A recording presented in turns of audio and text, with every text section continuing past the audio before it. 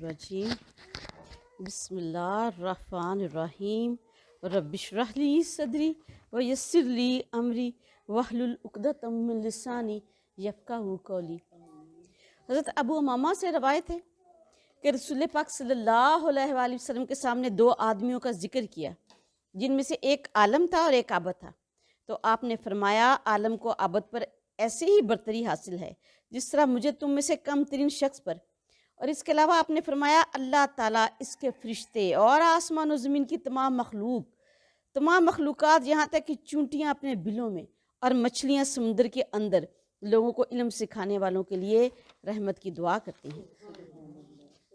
سورہ توبہ پڑھ رہے تھے، منافقین کا کردار جو انہوں نے جنگ تبوک کے موقع پر کیا کہ ہر طریقے کے ساتھ مسلمانوں میں بددلی پھیلانے کی کوشش کی، مختلف بہانے بنائے کہ کسی طریقے کے ساتھ ان جنگ تبوک کے لیے وہ رک جائیں اور انہیں نہ جانا پڑے۔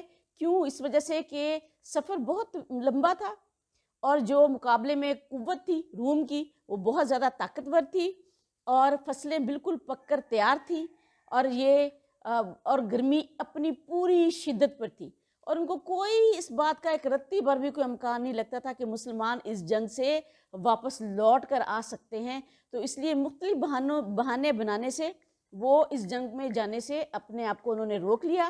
لیکن جو گروہ ان کے ساتھ گیا، عبداللہ بن ابی اور اس کے کچھ ساتھی اس جنگ میں رسول پاک صلی اللہ علیہ وسلم کے ساتھ گئے، لیکن انہوں نے بھی مسلمانوں کے اندر بددلی پھیلانے میں ہی اپنا کردار ادا کیا اور مسلسل ایسی سازشوں میں مصروف رہے کہ کسی طریقے کے ساتھ مسلمانوں میں کوئی جھگڑا کروا دیں، کوئی فساد برپا کر دیں، کوئی مسلمانوں کے اندر کوئی ایسی پھوٹ ڈال دیں جس کی وجہ سے انہیں فائدہ حاصل ہو۔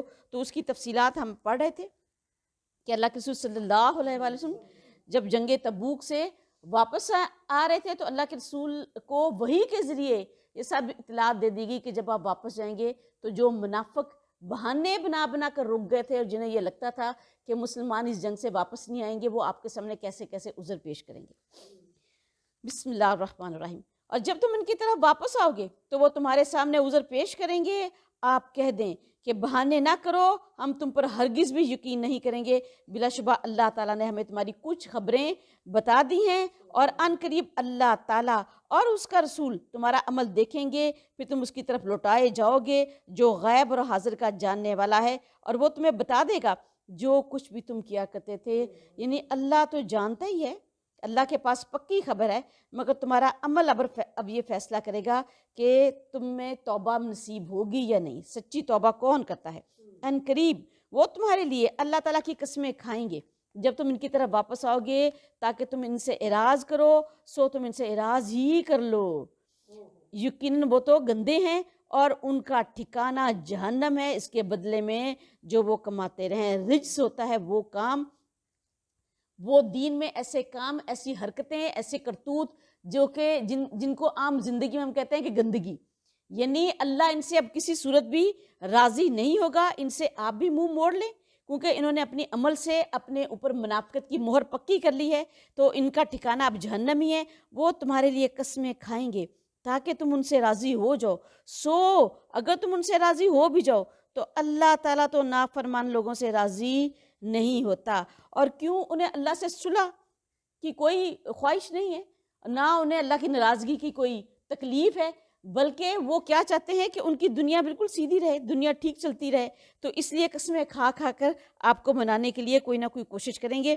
دیہاتی کفر اور نفاق میں زیادہ سخت ہیں اور اسی لائق ہیں کہ جو اللہ تعالیٰ نے اپنے رسول پر نازل کیا ہے کہ اس کی حدود کو نہ جان سکیں، اور اللہ تعالیٰ سب کچھ جاننے والا ہے، کمال حکمت والا ہے۔ یہاں اس سے مراد وہ لوگ ہیں جو جہالت کی وجہ سے، یعنی جہالت کی وجہ سے علم سے دور ہیں اور علمی مجلسوں سے اپنے آپ کو دور رکھتے ہیں، اور نہ وہ اللہ کی کتاب کو پڑھتے ہیں، نہ اس کی تلاوت کرتے ہیں، نہ اس کو سیکھنے اور سکھانے میں آتے ہیں۔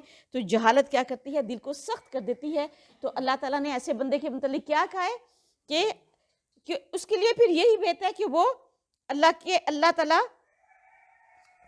اور دیہاتی کفر میں اور نفاق میں زیادہ سخت ہیں اور اسی لائق ہیں کہ جو اللہ تعالیٰ نے اپنے رسول پر نازل کیا ہے وہ اس کی حدود کو نہ جان سکیں، اور اللہ تعالیٰ سب کچھ جاننے والا ہے، کمال حکمت والا ہے۔ اللہ تعالیٰ کسی کو دین اور علم دین زبردستی نہیں دیتا، بلکہ ہر ایک کو وہی دیتا ہے جس کا وہ اپنے آپ کو حقدار ثابت کرتا ہے۔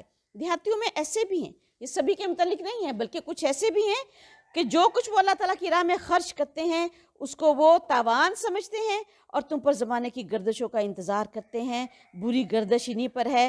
اللہ تعالیٰ سب کچھ سننے والا، جاننے والا ہے۔ چونکہ علم وحی سے دور ہوتے ہیں اور آخرت کے متعلق کوئی دھیان نہیں ہے، تو کیا کرتے ہیں کہ اگر انہیں مجبور ہو کر اللہ کے راستے میں کوئی خرچ بھی کرنا پڑے، اگر مجبور ہو کر کوئی زکوٰۃ دینی بھی پڑے، تو انہیں کیا لگتا ہے جیسے ہم سے زبردستی تاوان دیا جا رہا ہے۔ اور یہ اسد اور غطفان قبیلے کے لوگ تھے جو کہ آپ کے خلاف سازشیں بھی کرتے تھے اور ہمیشہ اس انتظار میں لگے رہتے تھے کہ کبھی تو وہ وقت آئے گا جب رسول پاک پر یا مسلمانوں پر کوئی ایسی گردش کی دور آ جائے کہ ہماری ان سے جان ہی چھوٹ جائے۔ تو اللہ تعالیٰ نے ان کے لیے کیا کیا؟ بد دعا دی کہ بری گردش انہی پر ہے۔ اللہ تعالیٰ سب سننے والا ہے، سب کچھ جاننے والا ہے۔ جو ان کے دلوں میں کفر ہے، جو ان کے دلوں میں منافقت ہے، جو ان کے دلوں میں سازشیں ہیں، اور جو وہ رسول پاک صلی اللہ علیہ وآلہ وسلم کو دھوکہ دے رہے ہیں کہ اصل دل میں کیا ہے، اور زبان سے وہ اپنے امن کا اظہار کریں، تو اللہ ان سب چیزوں سے جاننے والا ہے۔ اللہ کے ہاں کسی شخص کی جو بھی فضیلت ہے وہ اس کے علم، اس کے عمل اور اس کی وجہ سے ہے، کسی کے دیہاتی یا کسی کے شہری ہونے کی وجہ سے نہیں ہے۔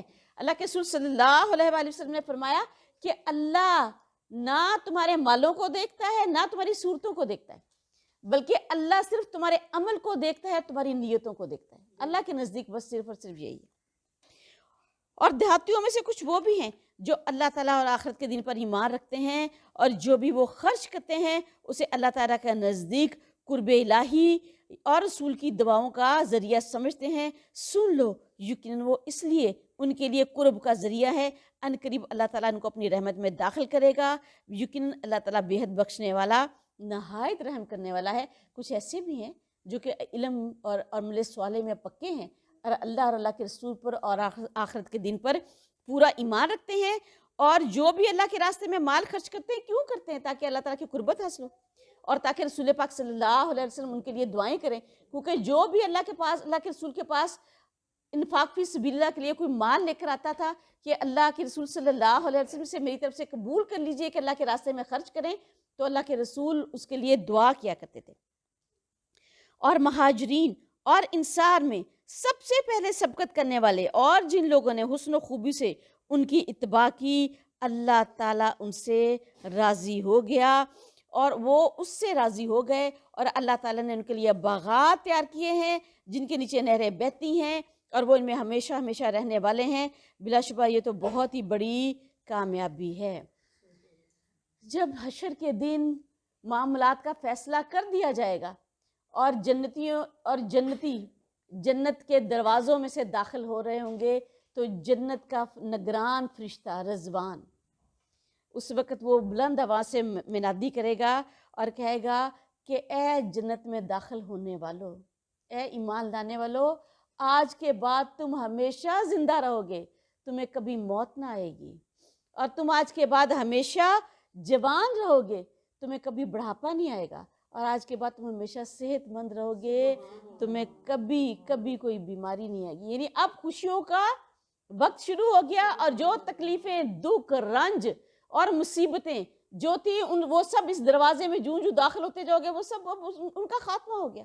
اب تمہارے لیے صرف اور صرف اچھا ہی اچھا ہے۔ اور تمہارے گرد و پیش میں سے کچھ منافق ہیں اور کچھ اہل مدینہ میں سے بھی جو نفاق پر جم گئے ہیں، آپ بھی ان کو نہیں جانتے، ہم ہی انہیں جانتے ہیں۔ ان قریب ہم انہیں 2 مرتبہ عذاب دیں گے، پھر وہ بڑے عذاب کی طرح واپس لائے جائیں گے۔ دیکھیں ایسے ہوشیار تھے کہ اللہ کے رسول کو بھی ان پر کوئی شک نہیں ہوا۔ اللہ تعالیٰ نے کہا اتنے ہوشیاری کے ساتھ نفاق پر جمے ہوئے کہ ایون مومن آپ تک کو بعض کی خبر نہیں ہے، لیکن اللہ ہر ایک کو جانتا ہے۔ کیوں؟ اللہ تو دلوں کے حال جانتا ہے۔ اور اللہ نے 2 گنا عذاب کب دے گا؟ ایک موت کے وقت، ادھر موت ہوگی، ان پر عذاب شروع ہو جائے گا، فرشتے ان کی ادھر سے پردہ جو ہی اس دنیا سے رابطہ ختم ہوا، فرشتوں کو دیکھیں گے، ساتھ ہی عذاب شروع ہو جائے گا، اور فرشتے ان کا استقبال کیسے کریں گے؟ ان کی پیٹھوں پر، ان کے چہروں پر ماریں گے، اور اس کے بعد قبر میں، اور پھر حشر کے میدان میں جب وہ انہیں اٹھایا جائے گا، اور پھر آخر ان کا جو دائمی عذاب کی طرف انہیں داخل کر دیا جائے گا۔ اور بعض دوسرے بھی ہیں جنہوں نے اپنے گناہوں کا اعتراف کر لیا ہے اور انہوں نے کچھ اچھے اور کچھ برے اعمال ملا دیے ہیں، قریب ہے کہ اللہ تعالیٰ ان پر مہربان ہو جائے، یقین اللہ تعالیٰ بےحد بخشنے والا، نہایت رحم کرنے والا ہے۔ ابو لبابہ ان کے ساتھیوں کے بارے میں آیات شروع ہونے والی ہو گئی ہیں۔ آپ ان کے موال میں سے صدقہ لے لیں اور اس کے ساتھ آپ انہیں صاف کریں اور ان کو پاک کریں گے، اور آپ ان کے لیے دعا کریں، یقیناً آپ کی دعا ان کے لیے وجہ تسکین ہے، اور اللہ تعالیٰ سب کچھ سننے والا ہے، سب کچھ جاننے والا ہے۔ کیا وہ نہیں جانتے کہ اللہ تعالیٰ ہی بلا شبہ اپنے بندوں کی توبہ قبول کرتا ہے اور وہی صدقات قبول کرتا ہے، اور بے شک اللہ تعالیٰ بہت زیادہ توبہ قبول کرنے والا اور بہت ہی رحم کرنے والا ہے۔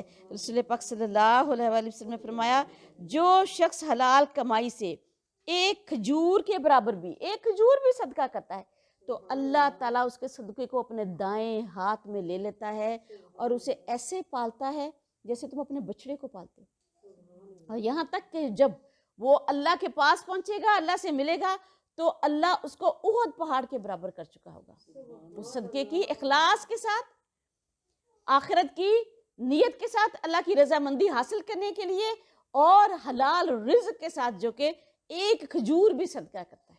اندازہ کریں، اور آپ کہہ دیں کہ تم عمل کرو، پھر ان قریب اللہ تعالیٰ اور اس کا رسول اور تمام اہل ایمان تمہارا عمل دیکھیں گے، اور تم جلد ہی اس کی طرف لوٹائے جاؤ گے، اور جو ہر پوشیدہ اور ظاہر کو جاننے والا ہے، چنانچہ وہ تمہیں بتا دے گا جو تم کرتے تھے، اور جو کچھ دوسرے لوگ جو اللہ کے حکم کے لیے مؤخر رکھے گئے ہیں، یا وہ انہیں عذاب دے گا یا وہ ان پر مہربان ہو جائے گا، اور اللہ تعالیٰ سب کچھ سننے والا ہے، سب کچھ جاننے والا ہے، کمال حکمت والا ہے۔ آپ دیکھیں گے قرآن پاک میں جہاں جہاں اللہ کی علیم کی صفت آتی ہے، وہاں پر اللہ تعالیٰ کی حکیم کی صفت آ جاتی ہے، تو اللہ کی یہ دونوں صفتیں ہمیشہ ساتھ آتی ہیں کہ اللہ تعالیٰ سب کچھ جاننے والا ہے، کمال حکمت والا ہے، کہ اللہ کا ہر چیز کا علم اللہ کے پاس ہے، اور اللہ کا ہر عمل حکمت کے مطابق ہے۔ جس شخص کے پاس علم ہو وہی اس علم کے ساتھ بہتر طریقے کے ساتھ کوئی عمل کرتا ہے، جس کا علم ناقص ہوگا اس کا عمل بھی ناقص ہوگا۔ تو اللہ کا علم کامل ہے، تو اللہ کا ہر عمل بھی حکمت والا ہے، کامل ہے۔ مسجد زرار کا ذکر شروع ہو رہا ہے۔ ان میں سے کچھ دوسرے لوگ جو اللہ کے حکم کے لیے مؤخر رکھے گئے تھے، یہ کون تھے؟ کعب بن مالک، ہلال بن امیہ اور مرارہ بن ربی۔ ان کا معاملہ کیا تھا کہ بے حد مخلص مسلمان تھے، اور اس سے پہلے تمام ہر موقع پر جنگوں میں حصہ لیا، بہادری کے ساتھ لڑے، اسلام کے لیے قربانیاں دی، ہر غزوات میں شریک رہے، علم میں بھی راسخ تھے اور عمل میں بھی راسخ تھے، لیکن کیا ہو گیا کہ انہوں نے اس معاملے میں تھوڑی سستی کی۔ اس کو ہم خود کعب بن مالک نے جس طرح اس واقعے کو بیان کیا اسی طریقے کے ساتھ پڑھتے ہیں کہ اپنے بیٹے عبداللہ کو آخری عمر میں جب ان کے بیٹے عبداللہ نے پوچھا کہ آپ مجھے اس کے بارے میں بتائیے کہ وہ واقعہ کیسے ہوا، تو انہوں نے اسے کیسے بیان کیا؟ انہوں نے کہا جب میرے بیٹے کہ اللہ کے رسول صلی اللہ علیہ وآلہ وسلم مسجد نبوی میں ہمیں جنگ تبوک کی تیاریوں کے متعلق روز بلاتے تھے اور اس کے متعلق ہوشیار کرتے تھے اور ہدایت دیتے تھے، تو میں روز کہتا بس آج سے میں نے تیاری شروع کر لینی ہے، آج سے میں نے تیاری شروع کر لینی ہے، آج سے میں اس جنگ کے لیے تیاری شروع کرتا ہوں۔ لیکن کچھ ایسی مصروفیت تھی، کچھ ایسے کام تھے، مجھے تھا میں ان کو جلد نپٹاتا ہوں، آج نپٹاتا ہوں، آج نپٹاتا ہوں، یہاں تک کہ ایسا ہوا کہ لشکر کی روانگی کا دن آ پہنچا اور میرے ابھی بھی کچھ کام پینڈنگ تھے۔ لشکر روانہ ہو گیا، اللہ کے رسول صلی اللہ علیہ وآلہ وسلم لشکر کو لے کر روانہ ہوا۔ میں نے سوچا میں آج نکلا اور دل میں خیال آیا کہ میری اونٹنی جو میری سواری ہے وہ بڑی میرے پاس تیز سواری ہے، تو میں انشاءاللہ اگر ایک دن بعد بھی چلوں گا تو میں لشکر سے جا ملوں گا۔ لیکن کیا ہوا کہ اگلا دن بھی گزر گیا، اور جب میں نکلا تو مجھے پتا چلا لشکر تو میرے ہاتھ سے نکل گیا، وہ تو بہت دور چلا گیا۔ اور جب گھروں مدینہ میں پھروں تو میں نے دیکھا کہ مدینہ میں تو چند بوڑھے ہیں، عورتیں ہیں، بچے ہیں، اور وہ منافق ہیں جو بہانے بنا کر اس جنگ سے جنہوں نے اپنے آپ کو روک لیا تھا، اور کچھ بھی نہیں تھا۔ میں اکیلا، اور دل میں اتنی ملامت، اتنی شرمندگی اور اتنی ندامت فیل ہو اور اتنی کمی اور افسردگی ہو، لیکن کیا ہو سکتا تھا؟ آخر پتہ چلا کہ اللہ کے رسول صلی اللہ علیہ وآلہ وسلم واپس آ گئے، تو میں مسجد نبوی میں حاضر ہوا۔ معمول کے مطابق آپ صلی اللہ علیہ وآلہ وسلم، جیسا کہ آپ کا طریقہ تھا کہ آپ جب کسی سفر سے واپس آتے تھے تو آپ مسجد نبوی میں 2 رکعت نماز پڑھتے، لوگوں سے ملاقات کرتے. آپ نے مسجد نبوی میں 2 رکعت نماز پڑھی اور میں نے دیکھا کہ لوگوں کا ہجوم آپ کے ارد گرد تھا. تو 80 سے 85 لوگ تھے جو آپ کے ارد گرد کھڑے تھے، اور ہر شخص آتا آپ کے پاس اور کوئی نہ کوئی عذر بیان کرتا اور آپ کہتے ٹھیک ہے. ہر شخص آتا، وہ کہتا اللہ کے رسول یہ وجہ تھی میں نہیں آ سکا. ان میں سے زیادہ ساری تعداد تو منافقین ہی کی تھی، جنہوں نے پہلے تو یہ وعدے کیے تھے کہ ہاں ہم جائیں گے، لیکن بعد میں انہوں نے دیکھا کہ یہ سفر تو ہم نہیں کر سکتے، یہ تو موت کا سفر، تو کیسے کریں؟ تو یہ تو خود موت کے منہ میں جا رہے ہیں، تو ہم کیسے اپنے آپ کو موت کے منہ میں لے جائیں؟ تو ہر جو منافق آتا جو کہتا، اللہ کے رسول کہتے ٹھیک ہے. آپ نے ہر ایک عذر کو قبول کیا. پہلے میرے دل میں شیطان نے یہ ڈالا کہ تم بھی کوئی بہانہ بنا لو، لیکن جب میں اللہ کے رسول صلی اللہ علیہ وسلم کے پاس پہنچا تو میرے دل نے کہا کہ اللہ کے رسول سے کوئی بہانہ بنا کے بچ بھی جاؤ گے تو اللہ سے کیسے بچو گے؟ تو وہ وہاں پہ کیا بہانہ بناؤ گے؟ تو میں اللہ کے رسول صلی اللہ علیہ وسلم کے پاس کھڑا ہوا اور میں نے کہا اللہ کے رسول سچ بات یہ ہے کہ میرے پاس کوئی عذر ہے ہی نہیں، بلکہ میرے پاس جتنی اس وقت اللہ نے مجھے آسانیاں دی تھی، مجھے زندگی میں کبھی اتنی آسانیاں ہی نہیں دی. مجھے ہر طرف سے فراغت تھی، اللہ تعالیٰ نے مجھے کثرت کے ساتھ مال دیا ہوا تھا اور میرے پاس سواری بھی بڑی اعلیٰ تھی. تو میرے پاس کوئی عذر نہیں ہے کہ میں آپ کے ساتھ بہانہ بناؤں. اگر میں آپ کے ساتھ بہانہ بنا کے چھوٹ بھی جاؤں، جھوٹ بول بھی لوں، تو اللہ سے میں کیسے بچوں گا؟ اور ہو سکتا ہے اللہ ہی آپ کو وحی کے ذریعے یہ اطلاع دے دیں کہ میں نے جھوٹ بولا ہے. اس لیے اللہ کے رسول میرے پاس کوئی عذر نہیں ہے. اللہ کے رسول صلی اللہ علیہ وسلم نے فرمایا تم چلے جاؤ، تمہارا معاملہ اللہ کے حوالے ہے. اب اللہ جب تک تمہارے متعلق کوئی حکم نہیں دے دیتا، تمہارا معاملہ اللہ خود دیکھے گا. میں افسردگی کے ساتھ لوٹا تو میرے ایک بیلے نے مجھے کہا یہ تم نے کیا کیا؟ اتنے لوگ بہانے بنا رہے، تم بھی کوئی بہانہ بنا دیتے. تو میرے دل میں پہلے شیطان نے یہ بات ڈالی کہ میں دوبارہ واپس جاؤں، کوئی بہانہ بنا لوں. لیکن پھر برہان ربی، جس کو ہم پڑھتے ہیں کہ اللہ تعالیٰ نے کیا کہا کہ جب شیطان کوئی اکساہٹ دیتا ہے تو جو اللہ کے بندے فوراً چکنے ہو جاتے ہیں کہ یہ خیال کہاں سے آیا، شیطان کی طرف سے. تو انہوں نے فوراً کہا کہ نہیں. اور پھر مجھے پتا چلا کہ صرف میں نے نہیں بلکہ میرے ساتھ کچھ اور ساتھی بھی جنہوں نے بالکل سچ بولا ہے اور یہی بات کہی ہے جو میں نے کہی. اور ان کو بھی اللہ کے رسول نے یہی جواب دیا ہے کہ جاؤ اپنے گھروں میں چلے جاؤ اور اپنے متعلق اللہ کے حکم کا انتظار کرو کہ جو اللہ تمہارے متعلق فیصلہ کرے گا وہ تمہیں سنا دیا جائے گا. مجھے بھی یہی حکم ہوا.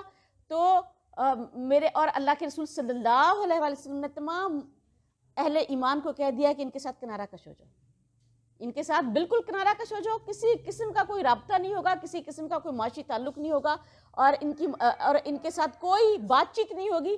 لہٰذا ہر مومن ہم سے کنارہ کش ہو گیا اور ہم اپنے گھروں میں بند ہو گئے. میرے جو 2 ساتھی تھے مرارہ بن ربیع اور حلال بن امیہ، وہ تو اتنے دل گرفتہ ہوئے کہ وہ تو اپنے گھروں میں بند ہو گئے اور وہ ہر وقت روتے تھے، آہوزاری کرتے تھے، گڑ گڑاتے تھے. سجدوں میں انہوں نے اپنا سر رکھ دیا اور رو رو کر اللہ تعالیٰ سے معافی کی درخواستیں کی. لیکن میں نے یہ ہمت کی کہ میں اپنے گھر میں ہی رہا اور میں نماز پڑھنے کے لیے مسجد نبوی بھی آتا تھا، جماعت کے ساتھ نماز پڑھتا تھا. اور انہوں نے تو جماعت کے ساتھ نماز پڑھنے بھی چھوڑ دی، اپنے گھروں تک ہی محدود ہو گئے.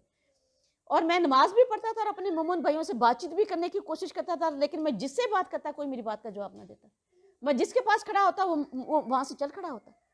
میں جس کو بلاتا وہ منہ پھیر کے ادھر ہو جاتا. نماز پڑھتے ہوئے میں جب اللہ کے رسول صلی اللہ علیہ وآلہ وسلم مسجد میں کھڑے ہوتے اور میں نماز پڑھا ہوتا تو مجھے یوں محسوس ہوتا کہ اللہ کے رسول میری طرف دیکھ رہے ہیں. لیکن جب میں سلام پھیرتا تو اللہ کے رسول مجھ سے منہ پھیر لیتے. تو یہ حالات ہو گئے تھے کہ میرا دل اس قدر ایسے حالات میں تنگ ہوا کہ کوئی بھی مجھ سے بات کرنے کے لیے تیار نہ تھا. یہاں تک کہ میرے چچا زاد بھائی ابو قتادہ جن کے ساتھ میرا بچپن گزرا تھا، محبت کا تعلق تھا، اتنی زیادہ ان کے ساتھ محبت کا معاملہ تھا، ہر وقت اکٹھے رہتے تھے.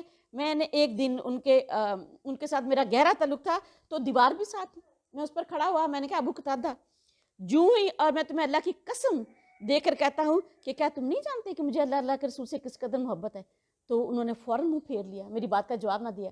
میں نے دوبارہ کہا ابو قتادہ میں تمہیں اللہ کی قسم دے کر کہتا ہوں کہ کیا تم گواہی نہیں دیتے؟ تمہیں نہیں معلوم کہ مجھے اللہ کے رسول سے کتنی محبت ہے؟ کوئی جواب نہیں دیا. جب تیسری دفعہ کہا وہ یہ کہہ کر آگے چل پڑا. اس نے کہا اللہ کے رسول ہی بہتر جانتے. اتنا دل گرفتہ ہوا. آگے ان کی تھوڑی بیچ میں ہم مسجد زرار کو تھوڑا سا پڑھیں، پھر اس کے مقام پر آگے اس کو پڑھیں گے. اور جن لوگوں نے ایک مسجد بنائی ہے کہ وہ نقصان پہنچانے اور کفر کرنے اور مومنوں کے درمیان تفرقہ پھیلانے کے لیے اور ان لوگوں کے لیے گھات کی جگہ بنانے کے لیے جنہوں نے اس سے پہلے اللہ تعالیٰ اور اس کے رسول سے جنگ کی، اور بلا شبہ وہ ضرور قسمیں کھائیں گے کہ ہمارا ارادہ بھلائی کے سوا کچھ نہیں ہے، اور اللہ تعالیٰ گواہ ہے کہ بلا شبہ وہی یقیناً جھوٹے ہیں۔ آپ اس میں کبھی کھڑے نہ ہوں، یقیناً وہ مسجد جس کی بنیاد پہلے ہی دن سے تقویٰ پر رکھی گئی ہے وہی زیادہ حقدار ہے کہ آپ اس میں کھڑے ہوں، اور اس میں ایسے مرد ہوں جو یہ پسند کرتے ہیں کہ وہ بہت پاک رہیں، اور اللہ تعالیٰ بہت پاک رہنے والوں سے محبت کرتا ہے۔ جب اللہ کے رسول صلی اللہ علیہ وسلم جنگ تبوک کی تیاریوں میں تھے تو منافق جہاں بے حد سازشیں کر رہے تھے، انہوں نے ایک سازش اور کی کہ انہوں نے، حالانکہ مسجد مدینہ المنورہ میں ایک مسجد موجود تھی اور مدینہ المنورہ سے باہر مسجد قباء تعمیر کی گئی تھی جو کہ اللہ کے رسول نے اپنے ہاتھوں سے تعمیر کی تھی، کسی اور مسجد کی ضرورت نہ تھی، نہ اتنی آبادی تھی، لیکن انہوں نے مدینہ المنورہ سے باہر ایک ایسی مسجد بنائی جس کا مقصد یہ تھا کہ رسول پاک صلی اللہ علیہ وسلم تو یہاں سے چلے جائیں گے تبوک کی طرف، تو ہم کیا کریں گے، اس مسجدوں کے متعلق ایسا یہاں بیٹھ کر کچھ ایسی سازشیں کریں گے، کچھ ایسی پلاننگ کریں گے کہ اگر یہ واپس آ بھی جائیں تو ان کی طاقت کو کسی طریقے کے ساتھ توڑ دیا جائے، یا اگر کوئی جاسوس آئیں گے تو ان جاسوسوں کو یہاں پہ ٹھہرایا جائے گا اور وہ وہاں پہ اکٹھے ہوتے اور اللہ کے رسول صلی اللہ علیہ وآلہ وسلم اور مومنوں کے خلاف سازشیں کرتے۔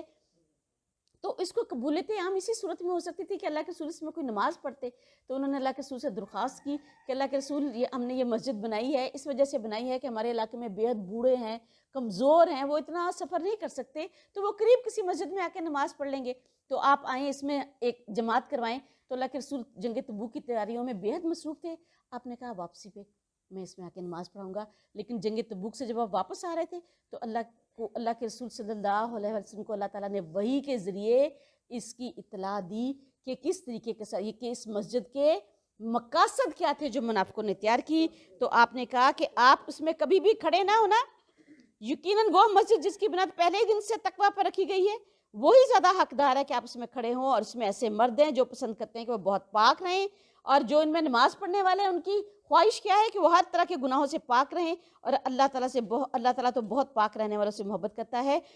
تو کیا وہ شخص بہتر ہے جس نے اپنی عمارت کی بنیاد اللہ تعالیٰ کے خوف پر اور اس کی رضا پر رکھی ہو، یا وہ جس نے اپنی عمارت کی بنیاد کسی ایسی کھوکھلے تودے کے کنارے پر رکھی جو گرنے والا تھا، چنانچہ وہ اسے لے کر جہنم کی آگ میں گر گیا، اور اللہ تعالیٰ ظالم لوگوں کو ہدایت نہیں دیتا۔ آپ یہ دیکھیں بری نیت کے ساتھ تیار کی گئی مسجد کا بھی انجام، اللہ تعالیٰ نے کیا کہا کہ اس کی حیثیت ایسے ہی ہے جیسے کوئی شخص اپنی کسی عمارت کی بنیاد ایک ایسے کھوکھلے تودے پر رکھے، کھوکھلے کے نیچے سے جو ہے وہ چٹان بالکل خالی ہو گئی ہے اور اس کو کوئی بنیاد نہیں ہے، اس کو کوئی سہارا نہیں ہے، صرف اوپر سے اس کا ایک خول باقی ہے، اس کے اوپر کوئی عمارت بنانا شروع کر دے تو وہ عمارت بننی شروع ہو جائے تو کیا ہوگا، وہ تودا بھی گرے گا اور عمارت بھی ساری جا کے کسی گھاٹی میں گر پڑے گی۔ تو ایسی مسجد بھی اگر ایسی بنیادوں پر بنائی جاتی ہے جس کا مقصد صرف کوئی ضرار ہو یا دین اس کا مقصد نہ ہو، اللہ کی رضا مقصد نہ ہو،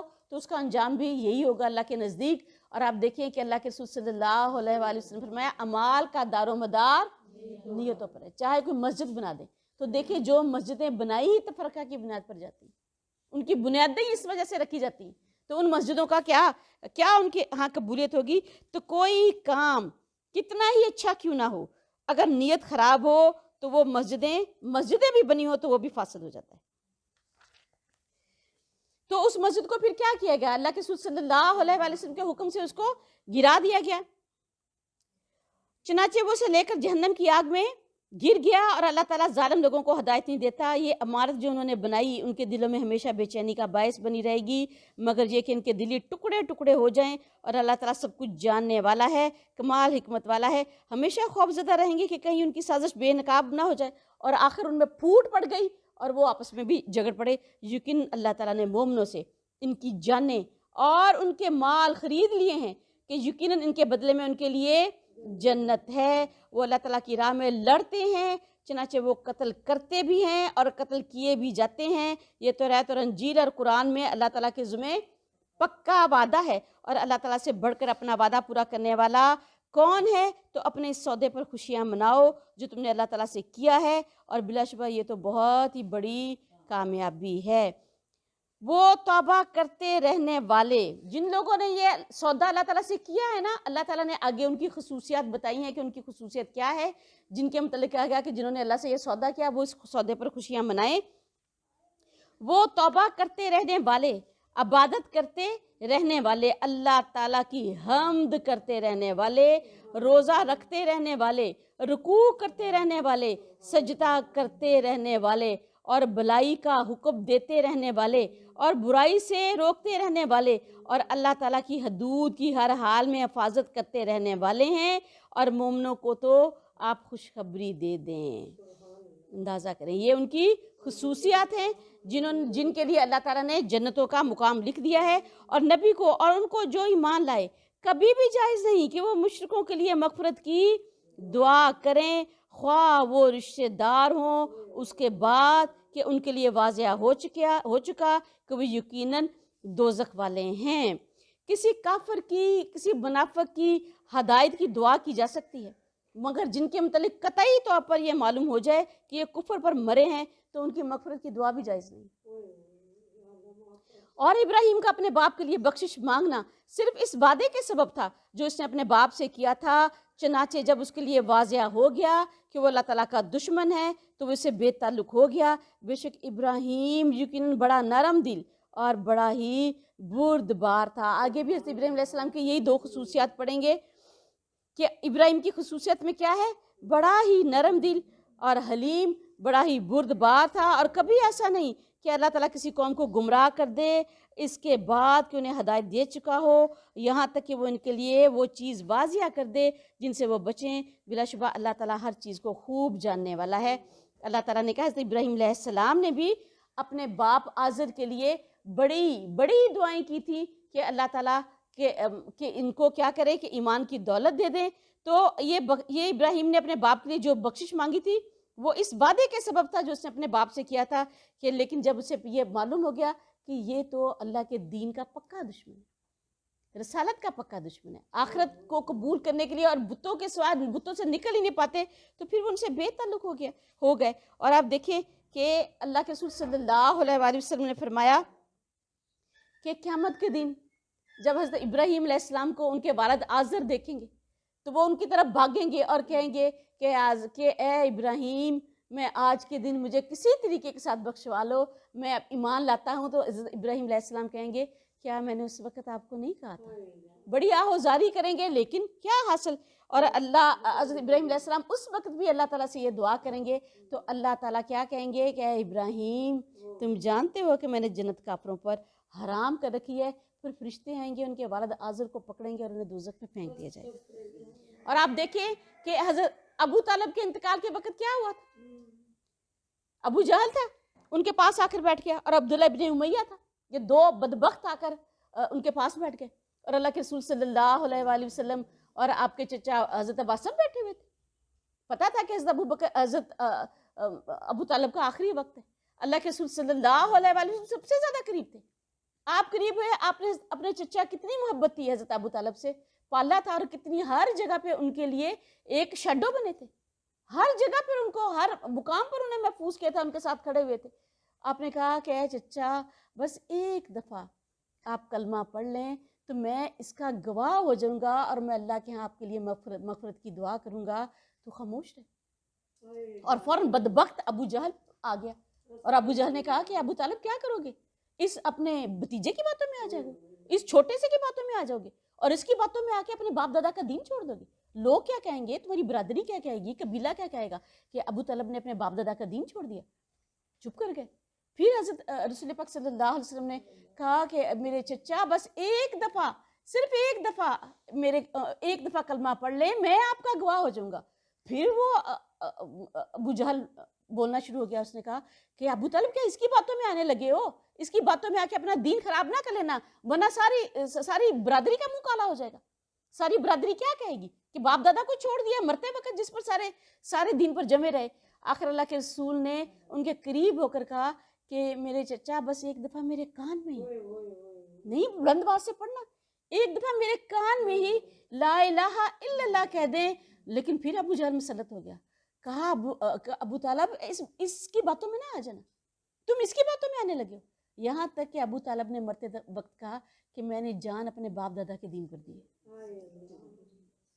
اللہ کے رسول صلی اللہ علیہ وآلہ وسلم نے فرمایا جہنم میں سب سے کم عذاب ابو طالب کو دیا جائے گا، اور ان کے سر پر آگ کی ٹوپی ہوگی اور پیروں میں آگ کی جوتی ہوگی۔ یہاں میرے پروردگار معاف فرما، اللہم اجرنا من النار۔ تو یاد رکھ لیں، کہنے کا مطلب کیا ہے، کسی نبی کی سفارش بھی آپ کسی شخص کے اس وقت کام نہیں آئے گی اگر کفر پر اس کی موت ہوئی، چاہے ابراہیم کے والد ہوں، چاہے رسول پاک صلی اللہ علیہ وآلہ وسلم کے چچا ہو، چاہے حضرت نوح علیہ السلام کا بیٹا ہو۔ آگے حضرت نوح علیہ السلام کے بیٹے کا ذکر بھی پڑھ لیں گے۔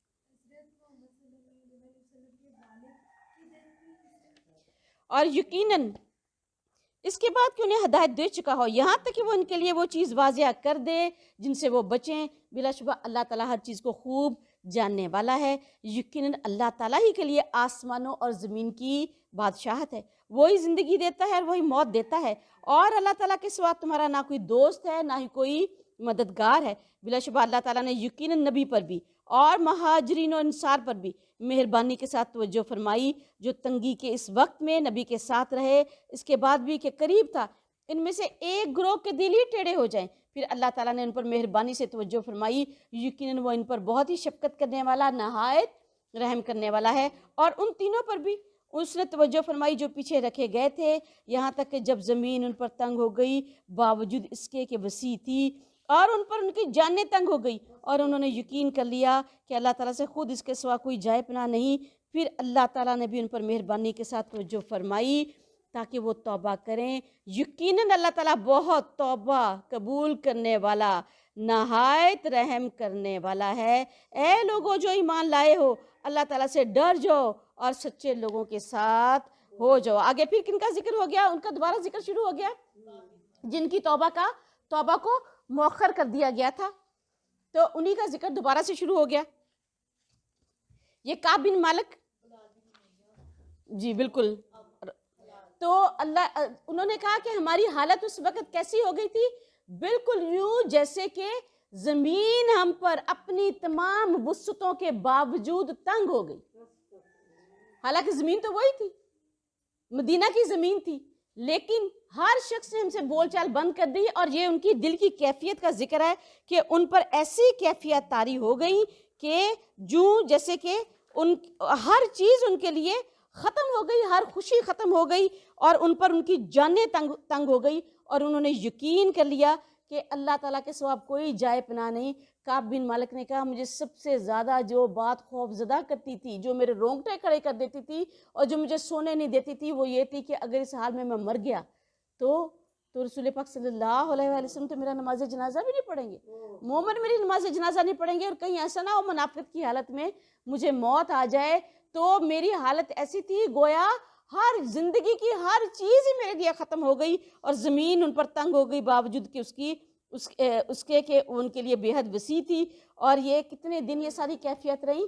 50 دن، 40 دن، یہاں تک کہ انہوں نے کہا کہ جب 40 دن ہو گئے تو اللہ کے رسول صلی اللہ علیہ وسلم نے ایک شخص کو بھیجا اور کہا کہ کعب بن مالک، اللہ حکم ہوا، میں نے دروازہ کھولا، میں بڑا حیران ہوا کہ میرے سے تو ناطقہ بند ہے۔ تو انہوں نے کہا کہ اللہ کے رسول کا حکم ہے کہ اپنی بیوی سے علیحدہ ہو جاؤ۔ کہا کیا ان کو طلاق دے دوں؟ کہا نہیں، بس یہ حکم ہے کہ الگ ہو جاؤ۔ کہا میں نے بیوی کو کہا کہ اپنے میکے چلی جاؤ، مجھے چھوڑ دو، چلی جاؤ۔ اور پتہ چلا کہ یہی حکم باقی ساتھیوں کو بھی ہوا، تو وہ بھی اس کو بھی بھیج دیا، اکیلا رہ گیا۔ اب یہ حال تھا کہ میں دن اور رات روتا تھا، دن اور رات آہوزاری کرتا تھا، دن اور رات گڑ گڑاتا تھا، اور سمجھ نہیں آتی تھی کہ اسی حال میں موت آئے گی یا میری کوئی بخشش ہو جائے گی۔ اور آخر ایک دن فجر کی نماز کے بعد اپنی چھت پر غمزدہ ایسے بیٹھا تھا کہ لگتا تھا سب کچھ ختم ہو گیا، کہ ایک شخص کی بھاگتا ہوا میں نے دیکھا، بھاگتا ہوا آ رہا تھا اور بلند آواز سے کہہ رہا تھا مبارک ہو تمہیں کعب بن مالک، مبارک ہو تجھے کعب بن مالک، تمہاری توبہ قبول ہو گئی۔ کہا جب میں نے سنا اسی وقت سجدے میں گر گیا اور بھاگا، اس کو گلے سے لگا لیا، میرا اپنا کرتا اتارا، اس کو تحفے میں دیا اور مسجد نبوی کی طرف بھاگا۔ جب میں نے رسول پاک اور دیکھا جھنڈ کے جھنڈ لوگ بھاگے میری طرف آ رہے تھے، ہر شخص بھاگ رہا تھا کہ اور مجھے مبارکباد دے رہا تھا اور کہہ رہا تھا کہ کعب بن مالک تجھے مبارک ہو، کعب بن مبارک تجھے مبارک ہو، تیری توبہ قبول ہوگی۔ میں اللہ کے رسول کی طرف دیکھا، آپ کا چہرہ خوشی سے تمتما رہا تھا۔ میں آگے بڑھا، آپ کے ہاتھوں کو بوسہ دیا اور کہا اللہ کے رسول صلی اللہ علیہ وآلہ وسلم، آپ نے کہا کعب بن مالک تجھے مبارک ہو، آج کا دن تیری زندگی کا سب سے اچھا دن۔ کہا اللہ کے رسول یہ توبہ آپ کی طرف سے؟ کہا نہیں، اللہ تعالیٰ نے تمہاری توبہ قبول کی۔ اور اس کے بعد اللہ کے رسول صلی اللہ علیہ وسلم نے ان آیات کی تلاوت کی، تو میں نے کہا کہ اللہ کے رسول صلی اللہ علیہ وآلہ وسلم، اس مال نے مجھے اس تکلیف میں مبتلا کیا، اس مال کی وجہ سے میں اس جنگ میں شریک ہونے سے رک گیا۔ اللہ کے رسول میں اپنا سارا مال اللہ کے راستے میں دیتا ہوں۔ کہا نہیں کعب ایسا مت کرو، کچھ مال اپنے لیے روک لو۔ کہا اللہ کے رسول آدھا مال؟ کہا نہیں، 1/3 اللہ کے راستے میں دو، باقی اپنے لیے روک لو۔ تو میں نے 1/3 اللہ کے راستے میں دے دیا، اور ایسا ہی میرے باقی ساتھیوں نے کیا۔ اور کہا اللہ کے رسول صلی اللہ علیہ وآلہ وسلم، اللہ تعالیٰ نے سچ بولنے کی وجہ سے مجھ پر یہ انعام کیا ہے، اب میں قسم کھاتا ہوں کہ میں زندگی میں کبھی بھی سچ نہیں چھوڑوں گا اور ہمیشہ سچ بولوں گا۔ تو اس واقعے میں ہمارے سیکھنے کے لیے بہت ساری چیزیں کہ دیکھیں وقتی طور پر کچھ ایسی مصیبت آ جاتی ہے، کوئی ایسا دکھ پریشانی آ جاتی ہے، جھوٹ بول کر ہم اس سے بچ سکتے ہیں، لیکن یاد رکھیں کہ نجات سچ میں ہی ہے۔ ہو سکتا ہے کہ وہ سچ کبھی کوئی تکلیف لے آئے، کوئی پریشانی لے آئے، لیکن یہ کہ آخر نجات اسی میں ہے۔ اللہ کی رضا صرف سچ میں ہے۔ جھوٹ بولنے سے اللہ راضی نہیں ہو سکتا۔ اور دوسرا یہ کہ کوئی چیز بعض اوقات انسان اس کو معمولی سمجھ لیتا ہے، لیکن اللہ کے نزدیک وہ معمولی نہیں ہوتی۔ اور سب سے بڑی بات کہ سستی اور کاہلی، یہ کتنا بڑا عیب ہے، اور ان میں تو کوئی عیب نہیں تھا۔ آپ یہ دیکھیں کہ وہ پکے اور سچے مسلمان تھے، لیکن انہوں نے کچھ اس سے پہلے جنگوں میں شریک ہوتے رہے، اللہ کے رسول کو مال دیتے رہے ہیں، لیکن یہ کہ انہوں نے کیا کیا تھا، صرف ایک سستی ان سے ہو گئی تھی۔ تو سستی کتنی بڑی بلا ہے، اور دین کے معاملے میں سستی اللہ تعالیٰ تو بالکل پسند ہی نہیں کرتے۔ اور دیکھیں کہ ہمیں اللہ کے رسول صلی اللہ علیہ وآلہ وسلم نے اس سستی سے بچنے کے لیے باقاعدہ دعائیں سکھائیں۔ تو ہر وہ چیز جس کے متعلق اللہ کے رسول نے ہمیں یہ حکم دیا ہے کہ اس سے اللہ کی پناہ مانگو، تو وہ ہو سکتا ہے ان میں سے کوئی چیز ہمارے لیے معمولی ہو، لیکن اللہ کے نزدیک وہ بہت بڑا عیب ہو۔ جیسے ہمیں اللہ کے رسول صلی اللہ علیہ وسلم نے سستی سے بچنے کی بھی دعا سکھائی، اللہم انی اعوذ بک من الہم والحزن واعوذ بک من العجز والکسل واعوذ بک من البخل والجبن۔ تو یہ دیکھیں، یہ سستی، بخل، یہ کیسی چیزیں ہیں کہ یہ اللہ کسی صورت ان کو قبول نہیں کرتا۔ تو ان سے صرف ایک سستی ہوئی تھی۔ اور دوسرا کیا کہ سچ آخر سچی رہتا ہے، اور جھوٹ ہی رہتا ہے، چاہے کتنا ہی خوشنما ہو، وقتی طور پر انسان کو بچا بھی لے کے جائے، لیکن یہ کہ آخر اللہ سے وہ بچانے والا نہیں ہے۔ اور دوسرا اللہ کس قدر رحیم ہے، اللہ کس قدر کرم والا ہے کہ بے شک وقتی طور پر اللہ کسی سے اس کے کسی عمل کی وجہ سے ناراض ہو جائے، لیکن یہ کہ اللہ آخر اس کو اپنے ساتھ ہی جوڑ لیتا ہے، اگر اس کے اندر ندامت ہے، توبہ ہے، تو کوئی استغفار ہے۔ اور وہ دیکھیں کتنے اس کو، یہاں تک کہ کعب بن مالک نے کہا کہ ایک وقت میں مدینہ المنورہ میں پھرا تھا تو مجھے شاہ غسان کا ایک خط ملا، اور اس نے کیا کہا، اس نے کہا کہ میں نے جب خط کھولا تو لکھا ہوا تھا کہ تمہارے جو ساتھی ہیں، تمہارا جو سردار ہے، اس نے تمہاری کچھ بھی قدر نہیں کی، اور ایک چھوٹی سی معمولی سی بات پر تمہیں اس قدر بے قدر کر دیا، تم ہمارے پاس آ جاؤ، ہمارے بہت قدر ہے ہمارے دل میں تمہارے لیے، ہم تمہیں اچھا پروٹوکول دیں گے۔ تو کعب بن مالک نے کہا، میں نے کہا دیکھو یہ وقت آ گیا کہ آپ کافر مجھے اپنی طرف بلا رہے ہیں، کہ ایسا وقت بھی مجھ پر آ گیا۔ تو پھر کیا کہا انہوں، میں نے اس خط کو پھاڑ کر پھینک دیا، اور اتنا زیادہ دکھی ہوا کہ اب یہ وقت مجھ پر آ گیا۔ تو اندازہ کریں کہ کئی دفعہ جب کوئی ایسی بات آ جاتی ہے تو شیطان فوراً حاضر ہو جاتا ہے، کوئی نہ کوئی اسکیم لے کر، کوئی نہ کوئی پروگرام لے کر، کہ کسی نہ کسی طریقے کے ساتھ اس کو حق سے ہٹا ہی دے۔ تو یاد رکھیں کہ بے شک وقتی طور پر کوئی تنگی آتی ہے، لیکن آخر اللہ اپنے بندے کو، گناہ ہو جاتا ہے، کوتاہی ہو جاتی ہے، کوئی آپ کو کتنا ہی کہے کہ نہیں اللہ اس گناہ کو معاف نہیں کرے گا، اللہ معاف کرنے والا ہے۔ اور ہم نے دیکھا ہر گناہ کو اللہ تعالیٰ نے جو ندامت کے ساتھ اللہ کے آگے کھڑا ہوا، اللہ نے اس کو معاف کیا۔ 50 دن لگے، اور یہ معمولی نہیں تھی، لیکن آخر اللہ تعالیٰ نے ان کی توبہ کو قبول کر لی۔ اور یہ دیکھیں عام زندگی میں بھی ہم دیکھتے ہیں کہ کوئی غلطی ہو جاتی ہے نا، تو کتنے شیطان حاضر ہو جاتے ہیں. کوئی میاں بیوی میں جھگڑا ہو گیا فوراً شیطان حاضر ہو جائے گا, دفع کرو اس کو, اس نے تمہاری قدر ہی نہیں کی, اس نے تو تمہیں خوار کر دیا ہے, اس کی چھوڑو اس کی جان. کوئی اور بھائیوں میں جھگڑا ہو جائے تو کئی شیطان حاضر ہو جاتے ہیں بہکانے کے لیے. تو اس واقعے میں سیکھنے کے لیے اتنی چیزیں ہیں کہ اگر ہم اس کو سیکھنا شروع کریں تو آپ یقین کریں کہ ہم حیران رہ جائیں. لیکن ہمارے پاس اتنا وقت ہی نہیں ہے. دورہ قرآن میں ہم کسی بات کو کتنا لمبا کر سکتے ہیں. اور اللہ کے رسول صلی اللہ علیہ وآلہ وسلم نے فرمایا اگر تیرے اندر 4 خصلتیں ہوں تو یاد رکھو ساری دنیا بھی تمہیں چھوڑ دے تو غم نہ کرنا. نمبر 1 سچ, تو تم سچ بولنے والے ہو, سچائی, امانت اور لقمہ کی پاکیزگی, اور کہ ساری دنیا بھی تمہیں چھوڑ دے تو بھی غم نہ کرنا. اور نمبر 1 سچائی, نمبر 2 امانت, نمبر 3 لقمہ کی پاکیزگی, اور نمبر 4 اعلیٰ اخلاق. اعلیٰ اخلاق. ساری دنیا تمہیں چھوڑ دے, کہا اللہ تمہیں نہیں چھوڑے گا, اللہ کا ساتھ تمہارے ساتھ ہی ہوگا. کوئی غم نہ کرنا, پریشان نہ ہونا, دکھی نہ ہونا کہ اللہ تمہارا مددگار ہے, اللہ تمہارا ساتھی ہے. اور اللہ کے رسول صلی اللہ علیہ وآلہ وسلم نے فرمایا کہ مسلمان کیا کبھی جھوٹ بول سکتا ہے؟ ایک یہی چیز ہے نا جس کے بارے میں کہا کہ مسلمان ہر کام کر سکتا ہے, جھوٹ نہیں بول سکتا. اور ایک عورت اللہ کے رسول کے پاس ہے, اس نے کہا اللہ کے رسول اگر میں میری ایک سوتن ہے, اگر میں اس کو جلانے کے لیے یہ کہوں کہ فلاں چیز مجھے میرے خاوند نے دی ہے تو مجھے اس کا گناہ ہوگا؟ آپ نے فرمایا اگر تم نے ایسا کیا تو گویا تم نے آگ کا لباس پہن لیا. کسی کو جلانے کے لیے یہ کہہ دینا کہ فلاں چیز تو مجھے فلاں نے دی ہے, فلاں چیز مجھے فلاں نے دی ہے, یا کوئی بھی ایسا جھوٹ بولنا جس کا مقصد صرف اور صرف یہ ہو, جھوٹ ہو. تو یہ دیکھیں کتنی بڑی بات ہے کہ, اور اللہ کے رسول صلی اللہ علیہ وسلم نے فرمایا سچ نیکی ہے, نیکی جنت کی طرف رہنمائی کرتی ہے. آدمی سچ بولتا رہتا ہے یہاں تک کہ اللہ کے ہاں سچا لکھ دیا جاتا ہے. جھوٹ برائی ہے اور برائی دوزخ کی طرف لے کے جاتی ہے. آدمی جھوٹ بولتا رہتا ہے یہاں تک کہ اللہ کے ہاں جھوٹا لکھ دیا جاتا ہے. اللہ سے دعا ہے کہ اللہ تعالیٰ ہمیں سچا لکھے, اور کوئی نقصان ہو جائے, کوئی یاد رکھیں اس میں سب سے بڑی سیکھنے والی بات ہے کہ وقتی نقصان پر کبھی جھوٹ نہ بولیں اور اللہ سے کبھی مایوس نہ ہو, کبھی مایوس نہ ہو. کوئی اور سستی کو معمولی چیز نہ سمجھے, بخل کو, سستی کو, جن جن چیزوں سے اللہ کے رسول نے پناہ مانگنے کا حکم دیا ہے ان سے نہ صرف پناہ مانگے اور کبھی اپنے کام کو کل پہ نہ ڈالے.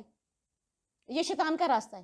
انہوں نے کیا کہا تھا؟ یہی کہا تھا نا کہ نیت میں تو کچھ بھی نہیں تھا, یہی تھا کہ میں نے جانا ہے, میں نے جانا ہے, بس سستی کی کل جاتا ہوں, کل جاتا ہوں, کل جاتا ہوں.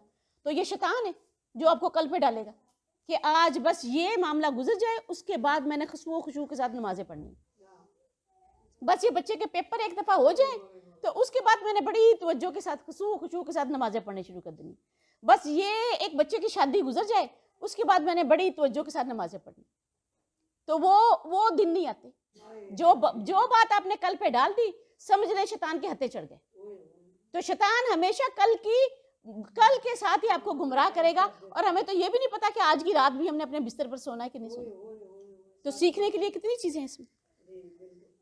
اور اہل مدینہ اور ارد گرد کے دیہاتیوں کو یہ زیب نہ دیتا تھا کہ وہ اللہ کے رسول سے پیچھے رہتے, اور نہ یہ کہ وہ اپنی جان کو اور ان کی جان سے عزیز رکھتے. یہ اس وجہ سے کہ بلا شبہ اللہ تعالیٰ کی راہ میں نہ کوئی پیاس اور نہ کوئی تھکاوٹ اور نہ کوئی بھوک انہیں پہنچتی ہے, اور نہ وہ کوئی قدم رکھتے ہیں جو کافروں کو غصہ دلائے, اور نہ وہ کسی دشمن سے کوئی کامیابی حاصل کرتے ہیں, مگر اس کے بدلے میں ان کے لیے ایک عمل صالح لکھ دیا جاتا ہے.